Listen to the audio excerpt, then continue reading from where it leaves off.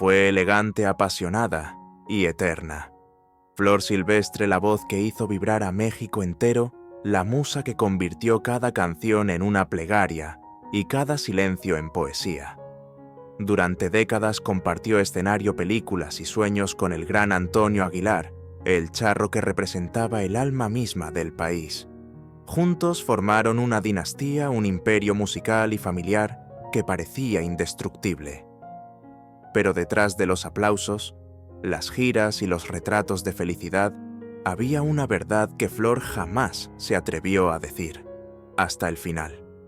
Un secreto que cambió el sentido de su vida y que ahora, 5 años después de su partida, vuelve a resonar en las montañas de Zacatecas donde ambos descansan.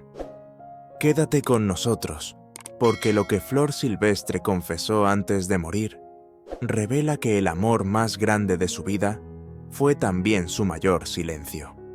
Nació como Guillermina Jiménez Chaboya, en una humilde casa de Salamanca, Guanajuato, el 16 de agosto de 1930. Años después, el mundo la conocería como Flor Silvestre, un nombre que parecía una profecía, porque como las flores del campo, creció entre espinas y viento, pero jamás dejó de florecer. Desde niña, mostró una voz que desafiaba su tamaño, una mezcla de dulzura y fuerza, que pronto llamó la atención de quienes la escuchaban cantar en las ferias y los teatros de provincia. A los 13 años ya recorría México como una promesa del bolero ranchero. Su talento era tan natural que sin saber leer música podía interpretar con el alma lo que otros solo lograban con técnica. Pero su vida no fue un cuento de hadas. Flor conoció la pobreza, la soledad y los tropiezos antes de conocer el aplauso. Su primer matrimonio con Andrés Nieto terminó cuando ella apenas comenzaba a abrirse camino. Luego, con el locutor Paco Malgesto, vivió una relación tan tormentosa como apasionada, marcada por los celos y la distancia. Él fue quien la llevó al micrófono, pero también quien la dejó con un corazón herido y la certeza de que el amor no siempre era refugio. A mediados de los años 50, Flor era una artista conocida, pero no feliz. Su carrera avanzaba sí, pero sin dirección. Había grabado decenas de canciones, actuado en películas menores, y sin embargo sentía que algo faltaba. No era fama lo que buscaba, era sentido. Fue entonces cuando el destino, con la precisión de un guión que solo la vida sabe escribir, la puso frente a un hombre que cambiaría su rumbo para siempre, Antonio Aguilar. Él, el charro nacido en Villanueva, Zacatecas, ya era una figura imponente, un artista respetado por su disciplina y su autenticidad. Ella, una mujer que había sobrevivido al desamor, se encontró con alguien que no solo la miró como una cantante más, sino como una igual, una compañera de alma. Ninguno de los dos lo sabía aún, pero aquel encuentro marcaría el inicio de una de las historias más profundas del espectáculo mexicano. Y como toda gran historia, comenzó con una chispa y con un silencio. Se conocieron en 1950 durante una presentación radial que Flor jamás olvidaría.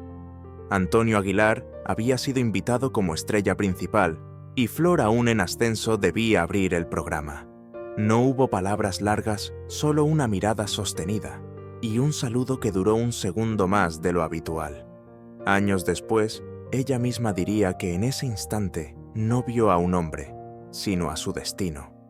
Por entonces, Antonio era un hombre de carácter firme, acostumbrado a dominar cada escenario. Su voz profunda y su porte de charro no solo representaban la tradición mexicana, sino también una disciplina casi militar. Flor, en cambio, era instinto puro, una mujer que cantaba desde el alma sin preocuparse por la técnica ni por las reglas. Esa diferencia los enfrentó primero, pero también los unió después. Durante su primer rodaje juntos, los productores notaron algo que ni ellos mismos podían disimular: la tensión entre ambos. Él la retaba a ser más rigurosa. Ella le enseñaba a sentir la música, no solo a interpretarla. Era un duelo de orgullo y pasión, un juego entre dos almas indomables. A veces discutían por horas en los camerinos, pero cuando subían al escenario, esa energía se transformaba en magia. En una entrevista de 1957, Antonio confesó entre risas: «Flor me sacaba de quicio, pero cuando cantaba todo se me olvidaba». Y Flor años más tarde recordaría: «Antonio no me cortejaba con flores, lo hacía con canciones y silencios». Su relación profesional pronto se volvió inseparable. En 1959 se casaron y México los adoptó como la pareja ideal, la unión entre la fuerza masculina del charro y la elegancia femenina de la dama ranchera. Juntos filmaron más de una docena de películas, recorrieron el país con espectáculos ecuestres que llenaban estadios y vendieron millones de discos. En 1965 su gira La Dinastía Aguilar fue vista por más de 1 millón de personas, una cifra impresionante para la época. En cada show el público no aplaudía solo las canciones, sino la complicidad que brillaba entre ellos. Era como si el amor se cantara con guitarras y se midiera en aplausos. Pero detrás de esa perfección pública, Flor comenzaba a descubrir la fragilidad del mito. Antonio era un hombre de convicciones férreas, pero también de silencios impenetrables. Vivir con él significaba compartir la gloria y también la sombra. Sin embargo, Flor no se rindió. En vez de alejarse, decidió entenderlo, acompañarlo y amarlo con la paciencia que solo una mujer fuerte podía tener. Porque aunque el mundo los veía como una pareja perfecta, solo ellos sabían cuánto costaba sostener ese sueño. Los años 70 marcaron el punto más alto de su unión y también el comienzo de sus pruebas más duras. La pareja Aguilar Silvestre ya no era solo un matrimonio, era un emblema nacional. Sus giras internacionales los llevaron a Estados Unidos, Centroamérica y hasta Sudamérica. En 1972 su espectáculo ecuestre en el Madison Square Garden agotó todas las entradas en menos de una semana, un logro inédito para artistas mexicanos. En el escenario, Antonio era el charro impecable jinete majestuoso, Flor la dama de voz suave que lograba con solo una nota silenciar a miles. Pero fuera del escenario, el amor que tanto fascinaba al público se enfrentaba a la presión de los años, los viajes, los rumores y la enfermedad. Antonio, con su carácter fuerte, solía imponer su ritmo sin darse cuenta de cuánto exigía de ella. Flor, que lo admiraba profundamente, comenzó a dejar atrás su propio brillo para acompañarlo en su sueño. En entrevistas posteriores, reconoció que durante una década entera vivió para Antonio, y aunque lo hacía con devoción, también con cierto dolor silencioso. El matrimonio atravesó tempestades, problemas financieros, diferencias artísticas y en los últimos años el desgaste de la salud. Antonio empezó a sufrir los primeros signos de la enfermedad pulmonar que años más tarde lo llevaría al hospital. Aún así, insistía en seguir con los espectáculos. «El público me da vida», decía, y Flor, cansada pero leal, siempre respondía: «Y yo te doy voz». Era su manera de decirle que no lo dejaría caer, que su escenario sería también el de ella.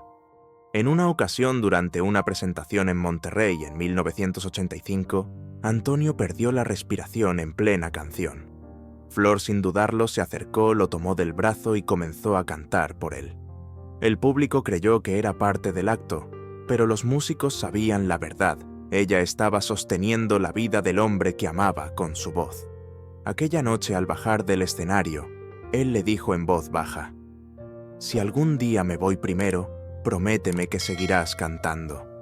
Flor solo respondió: «Y si me voy, yo prométeme que seguirás esperándome». Durante los años siguientes, esa promesa se convirtió en una profecía. La enfermedad de Antonio se agravó y los escenarios comenzaron a quedarse vacíos sin él. Flor, mientras tanto, se refugiaba en su rancho entre caballos y recuerdos, intentando convencer al destino de que todavía no era tiempo de despedirse.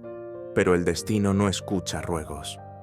El 19 de junio de 2007, el Charro de México exhaló su último aliento en el Hospital Militar de la Ciudad de México víctima de una neumonía fulminante. Flor, al recibir la noticia, no lloró frente a las cámaras. Se encerró en su habitación de El Soyate y permaneció allí 3 días sola, rodeada de fotografías y discos. Nadie sabe qué dijo en esos días, pero sus hijos contaron que al salir, Flor tenía en las manos una de las camisas de Antonio. La había doblado besado y guardado en su armario. Nunca volvió a cantar en público. Desde entonces, el escenario que una vez compartieron se convirtió en un eco. Y en ese eco, Flor comenzaría a escribir la última y más íntima parte de su historia. Después de la muerte de Antonio, la vida de Flor Silvestre se detuvo como si el tiempo hubiera decidido dejar de moverse en El Soyate. Aquella hacienda que alguna vez vibró con el trote de los caballos y las risas de los hijos, se transformó en un santuario silencioso. Flor comenzó a despertar cada mañana en la misma habitación que compartió con Antonio durante más de 40 años. Su perfume aún estaba allí en las sábanas, en los sombreros colgados en la pared, en el aire tibio del amanecer.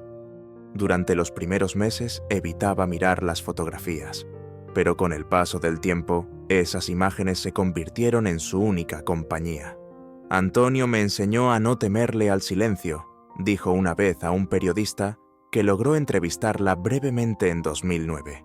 Y ahora ese silencio es lo único que me queda de él. Sus hijos Pepe y Antonio Jr. hicieron todo por mantenerla acompañada. Le llevaban flores, la visitaban cada fin de semana, la invitaban a los conciertos.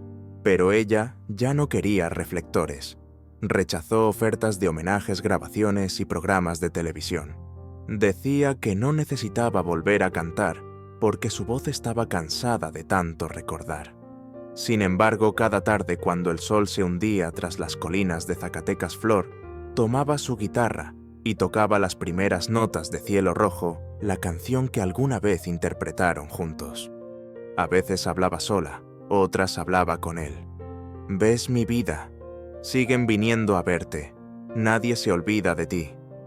Decían que su salud se mantenía estable, pero en realidad su cuerpo comenzaba a rendirse al peso de los años y la tristeza. En 2012 fue sometida a una cirugía pulmonar complicada. Perdió parte del pulmón derecho, pero su espíritu seguía intacto. «Mientras pueda cantar, aunque sea un suspiro, sigo viva», comentó con una sonrisa leve en una entrevista telefónica. En esos años de retiro, Flor comenzó a escribir un diario. Nadie lo conoció en vida, pero según su nieta, contenía cartas dirigidas a Antonio, pensamientos sobre el amor, la muerte y la música. En una de esas páginas escrita con tinta azul, dejó una frase que sus hijos encontraron después. «Antonio no fue el amor de mi vida, fue mi vida entera». Aquella confesión descubierta tras su partida en 2020 se convirtió en su legado más puro. No una declaración de amor cualquiera, sino un reconocimiento a la forma en que él había transformado su existencia. Antonio le enseñó la disciplina, el respeto al público, la grandeza de la sencillez. Pero sobre todo, le enseñó que amar también significa dejar ir con dignidad. 5 años después de su muerte, su voz aún se escucha en los campos de Zacatecas, mezclada con el viento y el relincho de los caballos. Y en cada nota, en cada silencio, sigue viva la promesa que se hicieron bajo ese cielo inmenso. «Si me voy, yo primero te espero en el rancho. Si te vas, tú me esperas en la eternidad». Y tal vez, justo ahora en algún rincón invisible de El Soyate, Flor y Antonio vuelven a cantar juntos. El tiempo que suele borrar rostros y voces no pudo con ellos. En la memoria colectiva de México, Flor Silvestre y Antonio Aguilar permanecen como 2 mitos que se complementan. No hubo otro matrimonio en el espectáculo nacional que lograra equilibrar tanto talento, disciplina y ternura. Pero detrás de esa imagen pública perfecta, había una historia mucho más humana tejida de renuncias, silencios, y un amor que sobrevivió a la muerte. Después de 2007, Flor se dedicó a preservar el legado de Antonio con una devoción casi religiosa. Supervisó personalmente la restauración de su rancho, revisó archivos fílmicos y autorizó reediciones de discos antiguos. Cada decisión la tomaba con una calma que escondía nostalgia. Decía: «Quiero que el público lo recuerde como yo lo veo cada día, con sombrero sonriente y de pie sobre su caballo». Mientras el mundo seguía avanzando, Flor se fue quedando atrás como una guardiana del pasado. Rara vez daba entrevistas, pero cuando lo hacía, dejaba entrever la grandeza de su amor y también su fragilidad. En una ocasión, le preguntaron si alguna vez se sintió eclipsada por la fama de su esposo. Su respuesta fue tan sencilla como profunda: «No me opacó, me iluminó de otro modo». Sin embargo, su salud comenzó a deteriorarse con más rapidez. En 2018 ya no podía caminar largas distancias ni cantar sin quedarse sin aire. Pasaba los días en su habitación favorita, aquella con vista a los prados donde Antonio acostumbraba entrenar a sus caballos. Desde su ventana podía ver el amanecer y escuchar a lo lejos el sonido de las trompetas que aún practicaban los jinetes del rancho. Pepe Aguilar solía visitarla cada domingo. Llevaba consigo una guitarra y antes de tocar siempre le pedía permiso. «¿Qué quiere que le cante hoy, mamá?». Ella respondía con una sonrisa: «La que tu padre me enseñó cuando me prometió que nunca me dejaría sola». Entonces, Pepe comenzaba a entonar «Triste recuerdo», y Flor cerraba los ojos no para dormir, sino para regresar al tiempo en que Antonio todavía respiraba a su lado. El 25 de noviembre de 2020, Flor Silvestre falleció en paz, rodeada de su familia exactamente en el mismo rancho donde había despedido a su esposo 13 años antes. Su cuerpo fue velado en la capilla de El Sollate, y a la mañana siguiente, bajo un cielo despejado, la sepultaron junto a Antonio. En el silencio del campo, los mariachis tocaron Cielo Rojo, y Pepe Aguilar, con la voz quebrada, dijo: «Hoy se reúnen dos voces que jamás debieron separarse». Desde entonces, los lugareños afirman que en las noches tranquilas de Zacatecas, cuando el viento sopla entre las montañas, puede escucharse una melodía lejana, como un eco de amor que se niega a morir. Dicen que es Flor cantando con Antonio, cumpliendo la promesa que un día se hicieron, que ni el tiempo ni la muerte lograrían separarlos. Porque algunas historias no terminan con un adiós, sino con un reencuentro eterno.